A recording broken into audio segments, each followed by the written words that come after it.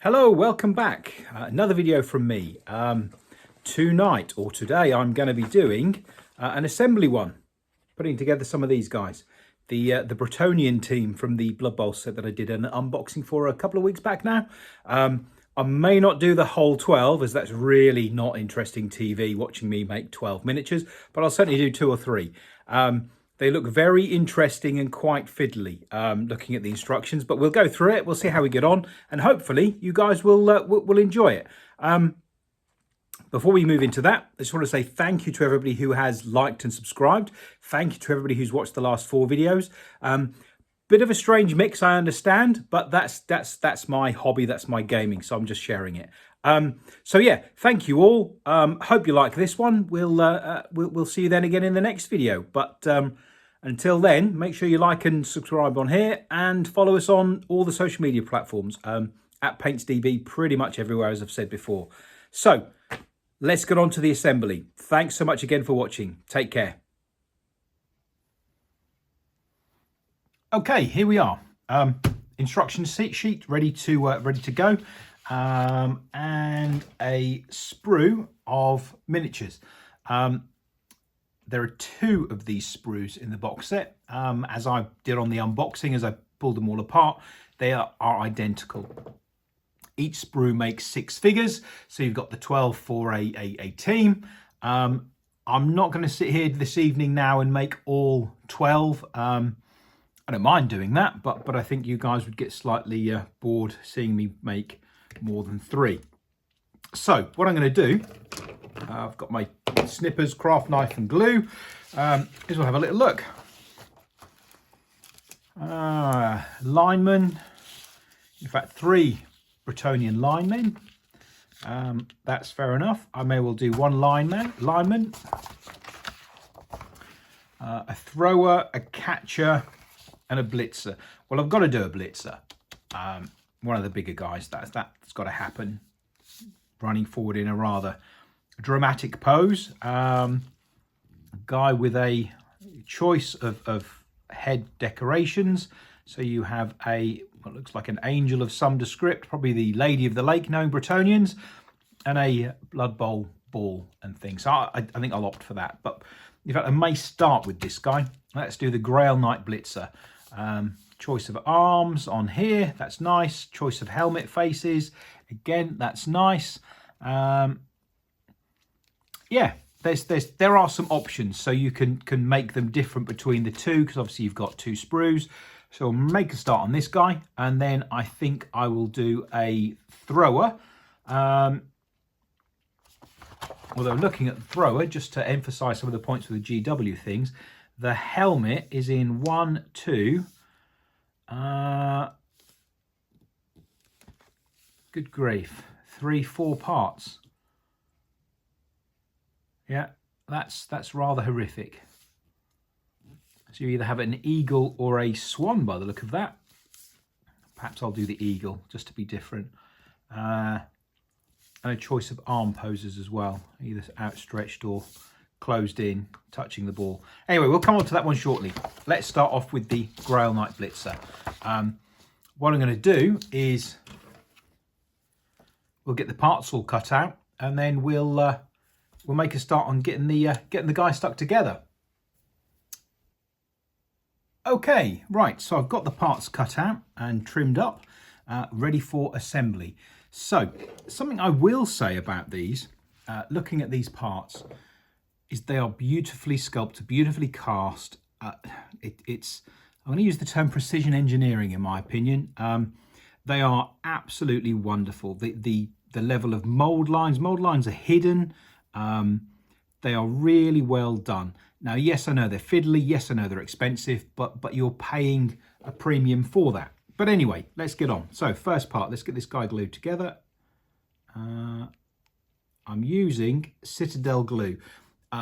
Not because these are Games Workshop products, which obviously they are, but I'm doing it or using them as they are. It's convenient for me to buy them and to have them to use. So that works out really well. So let's get this guy together. The parts fit together really well as well, which is also nice.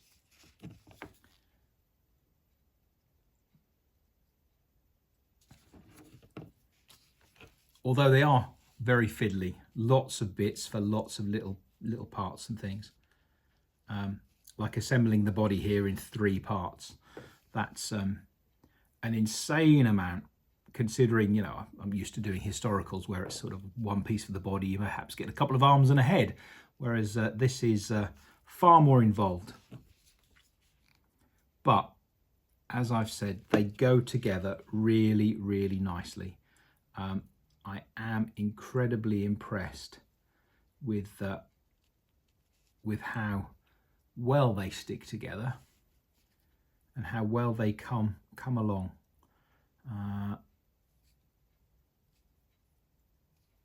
This guy is incredibly well done. Now then, I've picked the slightly open hands. You've got the choice here, so I've picked part 49. So we'll get that stuck on.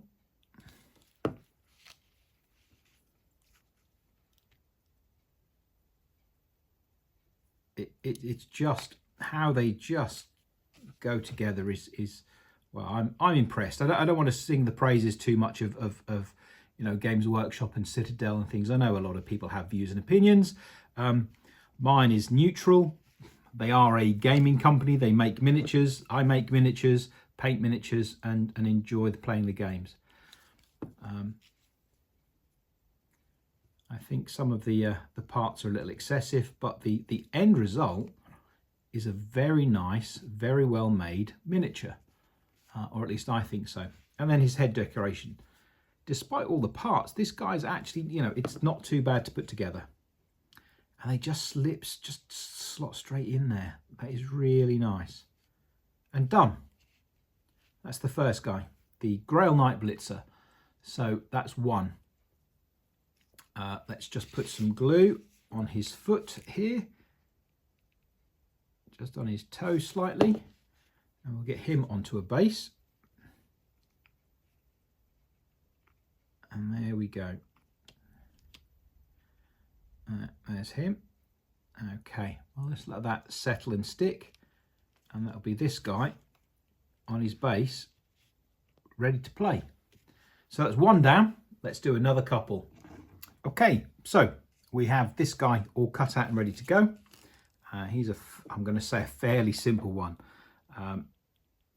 in comparison to some of the bits that these guys have come in.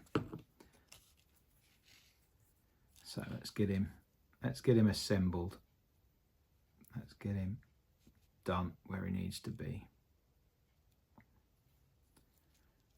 Let's put a bit of glue here, sorry. Let's do that for his leg. Now, I hope that by seeing this, that I'm not on the sales pitch for Citadel Games Workshop. Oh, hold on, that's come off there. But I hope that you know, you look at these and think, yeah, no, they look all right to put together. They're not too bad. Certainly those of you who've got more experience with putting together Warhammer kits, you should have no trouble with these. I'm not really having trouble, and I don't make Warhammer kits.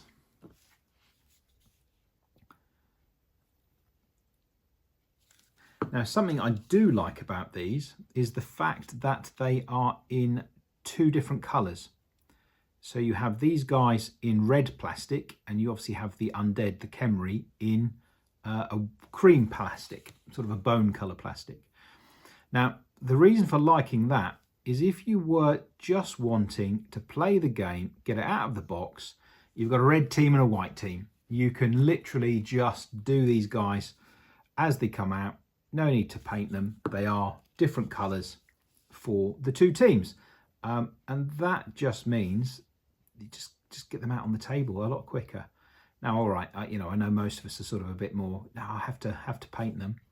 And that's me. I'll get them painted before I get them out on the pitch. But it's a nice, they are 2 different colours. And let's get this guy on his base. And again, they don't take too much to stick together. Once you've got them clipped out and cleaned up, and the cleanup is really not bad at all. I've not shown that on the video because it's you know, watching me sit here and scrape parts with a knife is well, I don't think that's entertaining television or YouTubing. So that's the 3 that I've done this evening, or you know, on this video. Let's show you. This guy's still fresh on his base. So you got the lineman with his fists up, ready for a bit of a fight. With no helmet on, he's probably going to get his face broken, which is not pleasant, but that's Bloodbowl, I suppose. You then have the knight thrower. Again, a very dramatic pose, very dynamic. Arm back to hurl the ball. With an eagle or something on his helmet there, which is nice. The other guy I will do with a swan, just so you've got a bit of a difference. Yeah, and again, they're just nice poses, beautiful amounts of detail on them. They are really lovely figures. They really are. And then the Grail Knight Blitzer, the guy running forward, ready to hurt somebody with his fleur-de-lis knife blade on the end of his fist. With a rather interesting Bloodbowl motif on the top of his helmet there. And yeah, nice. Again, these are just beautiful sculpts, lovely figures, and I'm really looking forward to painting them. I will put pictures up on my socials as they're painted, as they're done. And I will then obviously get the rest of the team sorted out as well. So there's the full 12, and it'll just take me a bit of time to work through painting them and getting them ready for a game. I imagine their first outing will be against a friend at my local club, rather than against the undead here. But we'll see. We'll see how we go. I'm enjoying this. It's great to have this something different to what I've been used to. Historical miniatures and things. Yeah, these are great. One thing I will say is they're bloody big.